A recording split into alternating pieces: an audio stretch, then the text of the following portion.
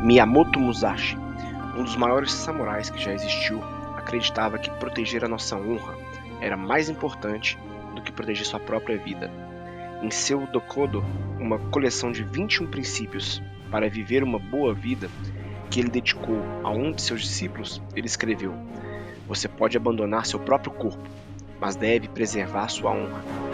Essa citação coloca Musashi entre uma longa lista de sábios que afirmam exatamente a mesma coisa.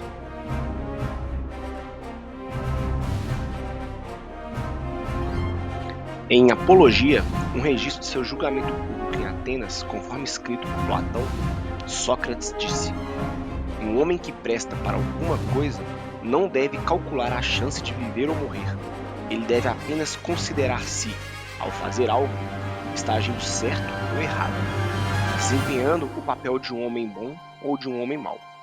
Epicteto, um grande sábio estoico, ecoou essa afirmação quando, em seus discursos, disse: "Não é a morte ou a dor que é assustadora, mas o medo que sentimos diante da morte e da dor."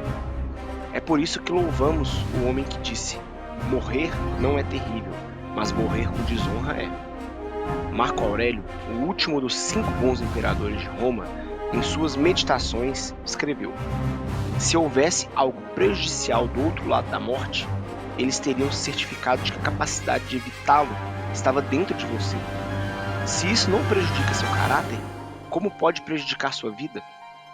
E Sêneca, o grande filósofo e estadista romano, em suas cartas escreveu: "A vida nunca é incompleta se for uma vida honrosa. Em qualquer ponto que você deixe a vida, se a deixar de maneira certa, ela é um todo." A razão pela qual os sábios, como Miyamoto Musashi, nos dizem para valorizar nossa honra acima de nossa própria sobrevivência é porque ela preserva a nossa consciência. E manter nossa consciência saudável é a única maneira de viver uma vida livre e pacífica. Se quisermos saber o que acontece quando o humano carece de uma consciência saudável, não há melhor assunto para estudar do que o psicopata. Em Sem Consciência, Dr. Robert Hare, um profissional em psicopatologia, escreveu: "Sua marca registrada é uma impressionante falta de consciência. Seu jogo é a autogratificação, à custa do outro. Muitos passam tempo na prisão, mas muitos não.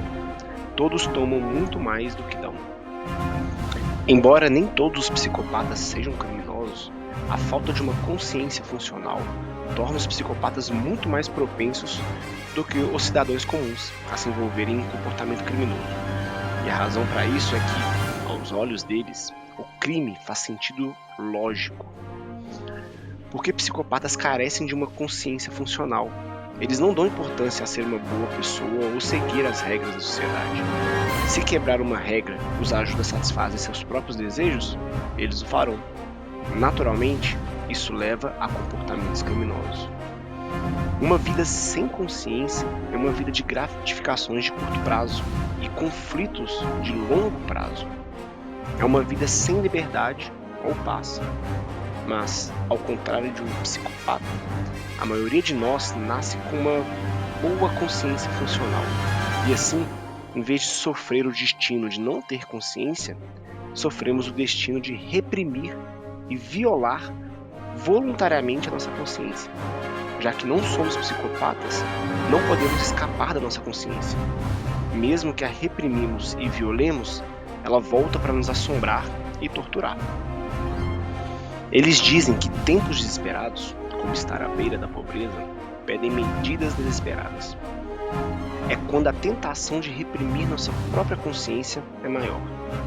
Quando nossa própria sobrevivência é ameaçada, muitos de nós, se não a maioria de nós, encontramos uma razão para reprimir nossa consciência para que possamos fazer o que precisa ser feito para sobreviver e prosperar. Para muitos de nós, essa tentação será grande demais para resistir. Mas os sábios do passado nos ensinam que devemos resistir a ela, porque os crimes que cometemos como resultado da repressão e violação da nossa própria consciência voltarão para nos torturar. E uma vida sem uma consciência saudável é uma vida muito, muito difícil. Sobreviver à custa da nossa consciência não vale o custo. Como Sócrates disse, a dificuldade, meus amigos, não é evitar a morte, mas evitar a injustiça, pois isso corre mais rápido do que a morte. E como Musashi nos aconselharia mais de 2000 anos depois, você pode abandonar seu próprio corpo, mas deve preservar a sua honra. E a única maneira de resistirmos à tentação de reprimir e violar nossa própria consciência é acreditar, como Musashi, que nossa honra é mais valiosa do que nossas próprias vidas. Porque só quando valorizamos nossa honra acima de nossa própria sobrevivência, nos tornaremos imunes às dificuldades e tragédias da vida, que muitas vezes nos forçam a comprometer a nossa integridade.